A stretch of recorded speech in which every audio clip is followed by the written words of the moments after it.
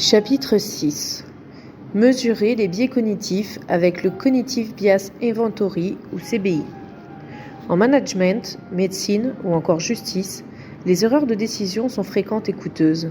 Ces erreurs sont souvent en partie dues à des biais cognitifs. Un recruteur sous-évalue un candidat car il néglige le rôle des circonstances dans les échecs de celui-ci. Biais d'attribution. Un médecin réalise un diagnostic erroné car il néglige les hypothèses alternatives à son idée de départ, biais de confirmation. Ou encore, un juge suit excessivement la peine requise par le procureur et néglige les arguments de la défense, biais d'ancrage. L'idée qu'une erreur de décision puisse résulter d'un ou plusieurs biais cognitifs a fait son chemin. Cette évolution est la conséquence de nombreux travaux et publications qui ont présenté et vulgarisé les biais cognitifs auprès du grand public. Si elle n'est pas encore devenue un automatisme chez les décideurs, la possibilité qu'une décision puisse être affectée par un ou plusieurs biais cognitifs peut désormais être raisonnablement considérée et discutée.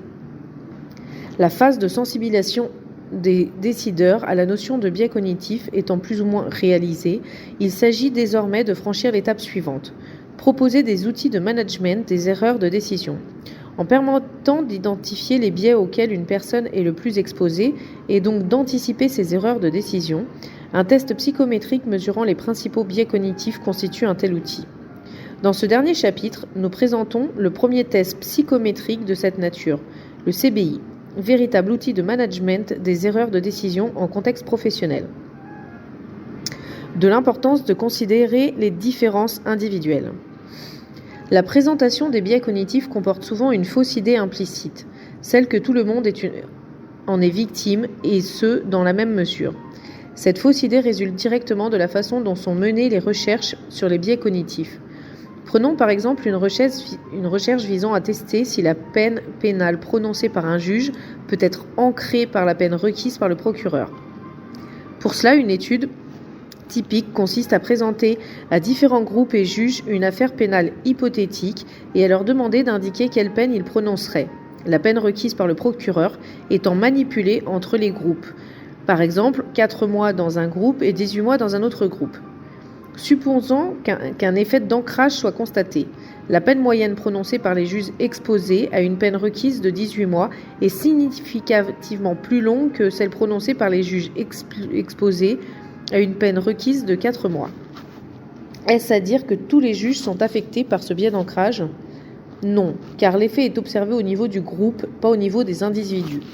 Tout ce que l'on peut dire est qu'en moyenne, les juges sont influencés par la peine requise par le procureur. Mais on ne sait ni lesquels, ni dans quelle mesure. Dès lors, il serait erroné de conclure ou de laisser croire, sur la base de telles études, que les juges sont affectés par le biais d'ancrage. C'est faux, certains le sont fortement, d'autres un peu, et certains pas du tout. Autrement dit, un aspect fondamental négligé dans les travaux et les publications sur les biais cognitifs est l'existence de différences individuelles. Négliger ces différences laisse penser à tort que nous sommes tous affectés par ces biais. En réalité, nous sommes plus ou moins biaisés, et dans une mesure différente pour chaque biais cognitif. Prenons par exemple le biais de disposition chez les investisseurs particuliers, soit leur tendance à prendre leurs gains trop tôt et à conserver les titres perdant en portefeuille. Ce biais s'observe-t-il chez tous les investisseurs ?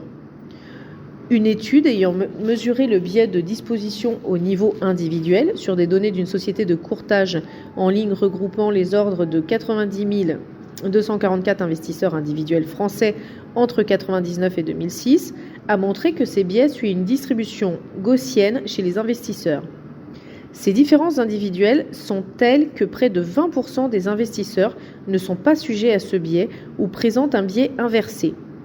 Une autre étude a montré des résultats similaires chez les investisseurs individuels américains et que certaines caractéristiques individuelles, dont l'âge, sont susceptibles d'atténuer le biais de disposition. L'existence de différences individuelles en matière de biais cognitifs n'est pas surprenante car tous les phénomènes psychologiques donnent lieu à de telles différences. Prenons par exemple la célèbre expérience réalisée par le psychologue Solomon Asch en 1951. 7 personnes étaient autour d'une table et regardaient un écran. Sur celui-ci apparaissaient des lignes verticales. Il s'agissait d'indiquer à laquelle des 3 lignes A, B et C une 4e ligne était identique. Les différences entre les lignes étaient telles que la réponse était évidente. Les personnes indiquaient leur réponse oralement, chacun leur tour. Parmi les 7 personnes, une seule était naïve, les 6 autres étant des complices de l'expérimentateur. Cette tâche était répétée 18 fois. Dans 12 cas, les complices donnaient exprès une même mauvaise réponse. La personne naïve s'exprimait en avant-dernier, soit après la majorité du groupe. Dans les 12 cas critiques, le taux d'erreur moyen des sujets naïfs était d'environ 33%, alors que le taux d'erreur était inférieur à 1% lorsque la personne naïve réalisait la tâche seule. Cette expérience montre que nous avons tendance à subir l'influence du groupe.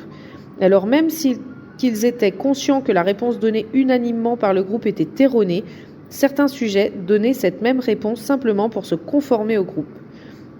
Le conformisme s'observe-t-il chez tout le monde ? Non. Dans l'expérience de H, 25% des sujets naïfs ne sont jamais conformés. L'existence de différences individuelles rend souvent les choses plus compliquées. Tout est plus simple quand une loi générale s'applique à tout le monde. C'est par exemple le cas des lois physiques. Lorsqu'on lâche un objet, il tombe. Aucun objet ne fait exception. La loi de la gravitation est générale. Mais le comportement humain ne se laisse guère enfermer dans de telles lois. Par exemple, un traitement médical peut fonctionner ou non suivant le profil des patients. Le célèbre médecin William Osler disait ainsi que sans la grande variabilité entre les individus, la médecine pourrait être une science et non un art. De la même façon, les incitations financières sont supposées favoriser l'apparition d'un comportement donné, mais les choses ne sont pas toujours aussi simples.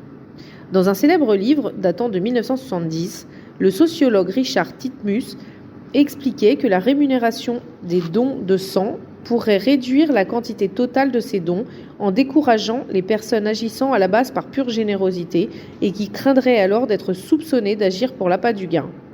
Les personnes ne réagissent pas forcément de la même façon aux incitations financières car leurs motivations sont différentes. La prise en compte des différences individuelles est essentielle pour un management optimal. Au cours de la Première Guerre mondiale, l'armée américaine fut confrontée au problème d'assigner un poste adéquat à des millions de recrues, celles-ci ayant des profils différents en matière de personnalité et d'aptitudes cognitives. Il s'agissait d'affecter chaque recrue à un poste cohérent avec son profil psychologique. C'est d'ailleurs ce contexte particulier qui a permis l'essor des tests psychométriques, car ces derniers permettent de déterminer rapidement le profil psychologique d'une personne. Disposer d'un test psychométrique mesurant différents biais cognitifs chez une personne permet d'anticiper les erreurs de décision que celle-ci est susceptible de commettre. En ce sens, un tel test constitue un véritable outil de management. En matière de recrutement, ce test permet d'identifier les candidats présentant un niveau trop élevé sur les biais susceptibles d'impacter les décisions que le travail en question implique de prendre. Par exemple, il ne serait guère envisageable qu'un candidat en proie aux biais dans l'estimation de probabilité et dans l'appréhension du hasard puisse occuper un poste de conseiller en investissement financier. Ou encore, un candidat en proie à la plupart des biais liés à l'autocomplaisance pourrait difficilement exercer un poste impliquant la prise de décision stratégique. En matière de management, ce test permet une attribution optimale des tâches et des missions aux collaborateurs. Par exemple, il serait contre-productif de confier un travail d'enquête à un collaborateur en proie au biais de confirmation. L'analyse de décisions stratégiques des concurrents devrait être réalisée par une personne qui n'est pas en proie au biais rétrospectif et au biais du résultat. Ou encore, le management de certains projets ne devrait pas être confié à des personnes exhibant un trop fort ou trop faible excès de confiance. Par ailleurs, en permettant d'établir le profil des biais cognitifs d'une personne, ce test permet de cibler celles qui devraient faire l'objet d'un débiaising. Par exemple, un médecin radiologue présentant une exposition élevée aux biais dans l'estimation de probabilité et aux biais de confirmation pourrait utilement suivre les modules de débiaising correspondants. Le CBI. Le test psychométrique permet une mesure précise de différentes dimensions psychologiques, la personnalité, les aptitudes cognitives, la motivation, etc. Ces tests sont très largement utilisés dans le cadre du recrutement et du management, à l'instar de l'inventaire de personnalité, MBTI. À l'heure actuelle, il n'existe pas de test psychométrique validé mesurant les biais cognitifs. Un tel test fait défaut aussi bien pour les chercheurs que pour les professionnels dans des domaines où éviter les erreurs de décision s'avère crucial. Pour répondre à cette lacune, nous avons démarré un projet collaboratif visant à développer le premier test psychométrique mesurant différents biais cognitifs. Le Cognitive Bias Inventory. Si l'objectif de ce projet est de mesurer l'ensemble des biais présentés dans cet ouvrage, à l'heure où sont écrites ces lignes, le CBI permet d'en mesurer une dizaine. Ces derniers ont été ciblés suivant une revue de la littérature sur les biais cognitifs dans les domaines de management, de la finance, de la médecine et de la justice. Cette revue montre que 5 biais principaux sont récurrents dans ces 4 domaines. Ces biais spécifiques interviennent en finance, le biais de disposition, et en médecine, le biais d'omission et le risque relatif. En management, on a l'effet de cadrage et l'excès de confiance. En finance, l'excès de confiance. En médecine, excès de confiance, biais de disponibilité et biais d'ancrage. Et en justice, biais d'ancrage, biais rétrospectif. 2 biais supplémentaires récurrents dans la littérature sur le jugement et la prise de décision ont été considérés, le biais de résultat et le biais de confirmation. Au total, le CBI mesure ainsi 7 biais cognitifs majeurs. Le biais de confirmation, le biais rétrospectif, le biais du résultat, l'excès de confiance, l'effet de cadrage, le biais d'ancrage, le biais de disponibilité. Le CBI permet d'établir le profil d'une personne sur ces 7 biais cognitifs qui peut être visualisé sous la forme d'un radar. Dans un graphique, on voit par exemple que la personne A présente un niveau d'exposition élevé au biais de confirmation et au biais d'ancrage. La personne B est quant à elle en proie au biais de la disponibilité et au biais du résultat. Comme son nom l'indique, le CBI est un inventaire qui sera amené à s'allonger progressivement. Dès lors qu'un nouveau biais cognitif pourra être mesuré de façon fiable, cette nouvelle mesure viendra compléter le CBI. Ainsi, tout utilisateur du CBI, chercheur ou professionnel, pourra sélectionner les biais cognitifs pertinents à mesurer en fonction de son besoin. À cet égard, l'utilisation du CBI est similaire à celle de l'International Personality Item Pool, IPIP, un ensemble d'items mesurant diverses dimensions de la personnalité, parmi lesquelles les utilisateurs font leur sélection en fonction de leurs besoins. Nous avons dans un premier temps développé une version générique du CBI. Cette version utilise des items abstraits non contextualisés. Cette version est essentiellement appelée à être utilisée par les chercheurs, mais elle peut tout à fait être utile pour des professionnels. Une fois cette version établie, nous développerons dans un second temps des versions spécifiques du CBI, chacune étant adaptée à un contexte, une décision particulière, décision managériale, décision financière, décision médicale ou encore décision judiciaire. En effet, l'utilisation du CBI comme outil de management des erreurs de décision dans un contexte professionnel particulier requiert que les items soient adaptés à ce contexte. Un exemple de mesure contextualisée est l'inventaire des biais cognitifs en médecine qui vise à mesurer 10 biais cognitifs chez les médecins à travers 22 scénarios médicaux. Cette mesure manque cependant de fiabilité. Les versions spécifiques du CBI qui sont en cours de développement s'adressent aux professionnels dans les secteurs de management, de finance, médecine ou justice. Le CBI mesure les biais cognitifs non pas au travers de questions, comme dans les tests de personnalité, mais au travers de tâches. Nous décrivons ici des tâches utilisées dans la version générique. 1. Le biais de confirmation. Ce biais désigne la tendance excessive à confirmer ses croyances. Pour mesurer ce biais, le CBI utilise une tâche dans laquelle le participant doit imaginer qu'il est chargé de recrutement au sein des ressources humaines d'une grande entreprise et qu'il va faire passer un entretien à un candidat qui postule à un job dans l'entreprise pour lequel un certain trait de personnalité est particulièrement important, par exemple l'extraversion. Le participant est informé que le candidat a passé un test de personnalité avant l'entretien et que celui-ci a obtenu un score élevé sur le trait de personnalité en question. Le candidat est une personne extravertie. La tâche du participant est de sélectionner parmi une liste de 20 questions les 8 plus pertinentes à poser au candidat pendant l'entretien pour tester si celui-ci présente effectivement le trait de personnalité en question. Parmi les 20 questions, 8 supposent que le candidat présente ce trait de personnalité. Par exemple, qu'est-ce qui vous plaît le plus dans le fait de travailler avec d'autres personnes ? 8 ne supposent pas que le candidat présente le trait de personnalité. Par exemple, parlez-moi d'une occasion où votre tempérament vous a causé des ennuis. Et 4 sont neutres. Par exemple, à quel magazine êtes-vous abonné ? Le score du participant est le pourcentage du premier type de question parmi les 8 questions sélectionnées. Plus ce pourcentage est élevé, plus le participant a tendance à choisir les questions confirmatoires. Cette mesure du biais de confirmation comporte 4 items, chacun mettant en jeu un trait de personnalité différent. 2. Le biais rétrospectif. Le biais rétrospectif est la tendance à surestimer rétrospectivement la probabilité d'un événement aller se produire. Dans une première phase, on présente aux participants diverses situations dans lesquelles une personne a pris une certaine décision et celui-ci doit évaluer pour chacune la probabilité sur une échelle de 0 à 100 que la décision produise un certain résultat. Par exemple, Céline passe un oral à la fac de 2 jours. L'une de ses amies l'a invitée à une soirée chez elle ce soir. Céline a décidé d'y aller en se disant qu'elle révisera toute la journée demain. Quelles sont les chances que Céline réussisse son oral ?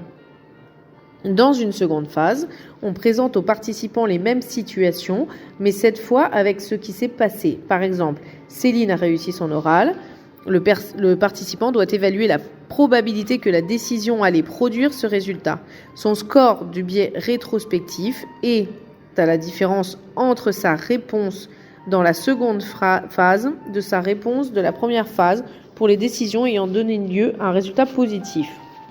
B. La différence entre sa réponse dans la première phase et sa réponse dans la seconde phase pour les décisions ayant donné lieu à un résultat négatif. Plus cette différence est élevée, plus le participant a tendance à évaluer une décision différemment suivant qu'il évalue ex ante ou ex post. 3. Le biais du résultat. Le biais du résultat désigne la tendance à juger la qualité d'une décision au regard du résultat qu'elle a produit. On présente aux participants diverses situations dans lesquelles une personne a pris une certaine décision ayant produit un résultat positif ou négatif. Et celui-ci doit évaluer pour chacune la qualité de la décision prise par la personne sur une échelle de 1 à 6. Par exemple, Séverine est conseillère de clientèle dans une banque en province. Pour se rendre à son travail, elle peut prendre soit une route départementale, soit une route nationale plus rapide, mais souvent plus encombrée. Elle prend habituellement la route départementale qui lui permet de conduire paisiblement. Un matin où elle est en retard pour un rendez-vous avec un client, Séverine choisit de prendre la route nationale. Il y a eu un embouteillage sur la nationale et Séverine a manqué son rendez-vous. La décision de Séverine de prendre la route nationale était le score du participant du biais du résultat est la différence entre l'évaluation moyenne des décisions ayant produit un résultat positif et l'évaluation moyenne des décisions ayant produit un résultat négatif. Plus cette différence est élevée, plus le participant a tendance à mieux évaluer les premières que les secondes. 4. L'excès de confiance. Le CBI mesure l'excès de précision, soit la confiance excessive dans l'exactitude de son propre jugement. La procédure utilisée est classique. Le participant réalise une tâche cognitive, par exemple trouver la figure qui complète une suite logique, et après chaque réponse, il doit indiquer dans quelle mesure il est confiant dans sa réponse, sur une échelle de 0 à 100. Les scores du participant et la différence entre son niveau de confiance moyen sur l'ensemble des items et sa performance moyenne, le pourcentage des réponses correctes. Plus cette différence est élevée, plus le participant est excessivement confiant dans la justesse de ses réponses. 5. L'effet de cadrage. Le cadrage est le biais par lequel la structuration de l'information influence une décision. Il existe plusieurs types d'effets de cadrage. Le CBI mesure l'effet du cadrage sur le choix risqué, le cas le plus documenté. On présente aux participants diverses situations et pour chacune, celui-ci doit exprimer sa préférence sur une échelle en 6 points entre une option sûre de 1 et une option à risque 6. Dans une première phase, les items utilisent un cadrage de gain, le participant devant choisir entre un gain sûr et un gain probable. Par exemple, imaginez qu'un véhicule autonome devenu incontrôlable fonce sur la foule en ville. Si rien n'est fait, l'accident causera 120 morts. Les autorités publiques doivent choisir entre 2 interventions. Intervention A est choisie. 30 personnes seront sauvées de façon sûre. Si l'intervention B est choisie, il y a 25% de chances de sauver 120 personnes et 75% de n'en sauver aucune. Dans une seconde phase, les items utilisent un cadrage de perte, le participant devant choisir entre une perte sûre et une perte probable. Par exemple, imaginez qu'un train devenu incontrôlable soit sur le point de dérailler à proximité d'un village. Si rien n'est fait, l'accident causera 120 morts. Les autorités publiques doivent choisir entre deux interventions. Si l'intervention A est choisie, 90% personnes mourront de façon sûre. Si l'intervention B est choisie, il y a 25% de chances qu'aucune personne ne meure et 75% de chances que 120 personnes meurent. Au total, 8 items sont utilisés, chacun étant formulé avec les deux cadrages. La formulation d'un item est légèrement modifiée entre les deux cadrages afin de dissimuler aux participants l'équivalence des deux versions. Le score du participant est la différence entre la réponse moyenne aux items cadrage perte et la réponse moyenne aux items cadrage gain. Plus cette différence est élevée, plus le participant est en proie à l'effet de cadrage. Le biais d'ancrage. 6. Ce biais désigne la tendance à s'appuyer excessivement sur une valeur, une encre, entre guillemets, pour estimer une quantité. Pour mesurer ce biais, le CBI reprend et adapte une tâche utilisée dans une étude de Kahneman. Le participant doit d'abord indiquer si une certaine quantité, par exemple le nombre total de matchs joués en simple par John McEnroe, est inférieur ou supérieur à une certaine valeur, l'encre, puis fournir son estimation de la quantité en question. Des paires d'items sont utilisées telles que dans chaque paire.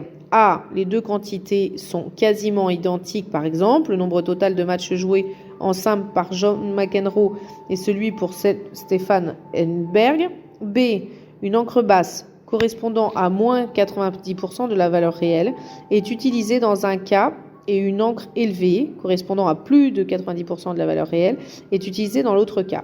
Pour chaque paire, le score du participant est la différence entre sa réponse à l'item encre élevée et sa réponse à l'item encre basse, divisé par la différence entre les deux encres. Plus cette valeur est élevée, plus le participant est en proie au biais d'ancrage. Le 7, le biais de disponibilité. Ce biais est la tendance à estimer une fréquence ou une probabilité en fonction de la facilité avec laquelle des exemples viennent à l'esprit. Pour mesurer ce biais, le CBI reprend et adapte une tâche utilisée dans une étude de Kahneman et Tversky. Des listes comportant 20 termes sont présentées aux participants, chacune pendant une durée de 20 secondes. Avant l'apparition de chaque liste, le participant est informé que la liste à suivre comporte deux types d'éléments, par exemple des marques automobiles ou des boissons.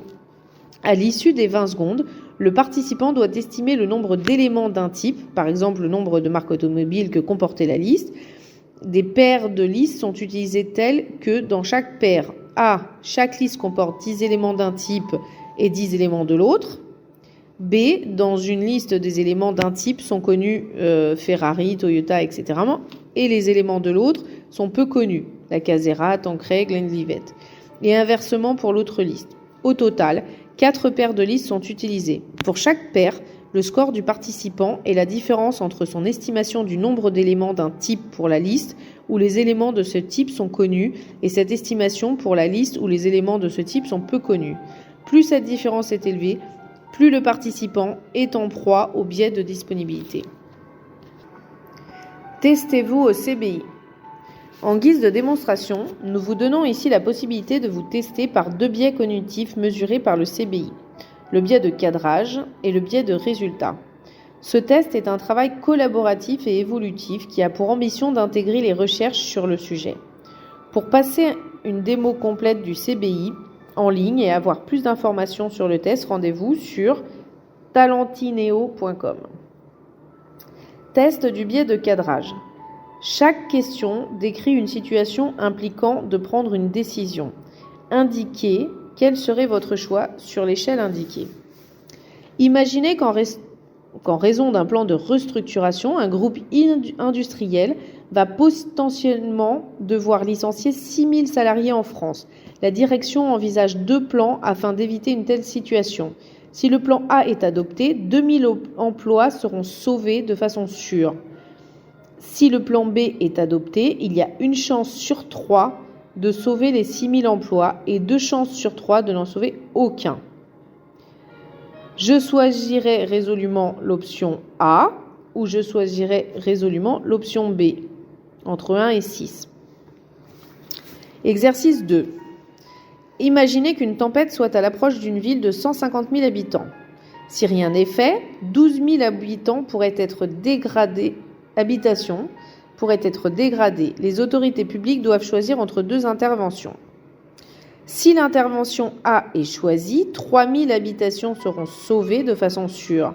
Si l'intervention B est choisie, il y a 25% de chances de sauver les 12 000 habitations et 75% de chances de n'en sauver aucune. Mettez ce que vous choisiriez entre l'option A et l'option B de 1 à 6. 3. Imaginez qu'à la suite d'un grave accident de la route, 60 personnes sont bloquées dans un tunnel. Les autorités publiques doivent choisir entre 2 interventions. Si l'intervention A est choisie, 20 personnes seront sauvées de façon sûre.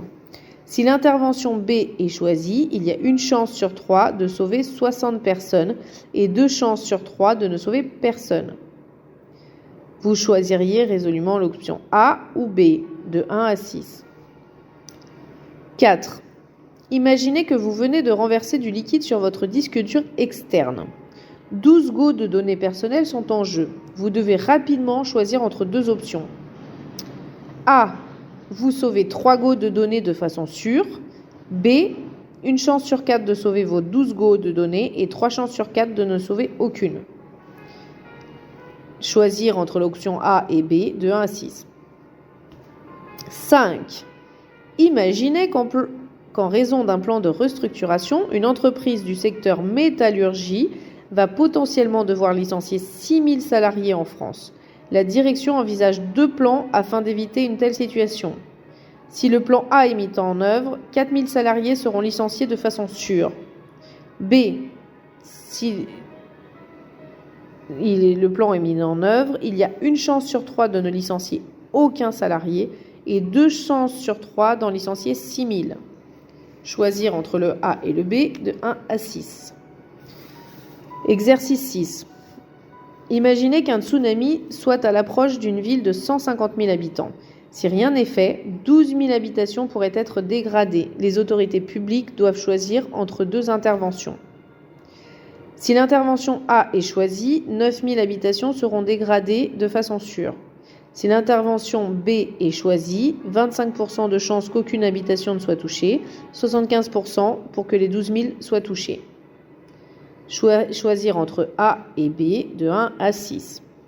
Exercice 7. Imaginez qu'à la suite d'un incendie dans un collège, 60 collégiens sont bloqués dans une salle. Les pompiers doivent choisir entre 2 interventions. A. 40 collégiens mourront de façon sûre. B. Il y a une chance sur 3 qu'aucun collégien ne meure et 2 chances sur 3 que 60 collégiens meurent. A ou B entre 1 et 6. 8. Imaginez que votre ordinateur portable soit attaqué par un virus informatique. 12 Go de données personnelles sont en jeu. Vous devez rapidement choisir entre 2 options. A. Vous perdez 9 Go de données de façon sûre. B. Vous avez une chance sur 4 de ne perdre aucune donnée et 3 chances sur 4 de tout perdre. A et B de 1 à 6. Pour calculer votre score au biais de cadrage, faites d'une part la moyenne de vos réponses aux items 1, 2, 3 et 4 et d'autre part la moyenne de vos réponses aux items 5, 6, 7 et 8. Votre score est la différence entre la seconde et la première. Les valeurs possibles vont de -5 à 5. Plus votre score est proche de 0, moins vous êtes exposé à ce biais. Donc, pour résumer, quand vous choisissez l'option A, ça commence à 1, et quand vous arrivez à 6, vous êtes à l'option B. Voilà. Le test du biais de résultat.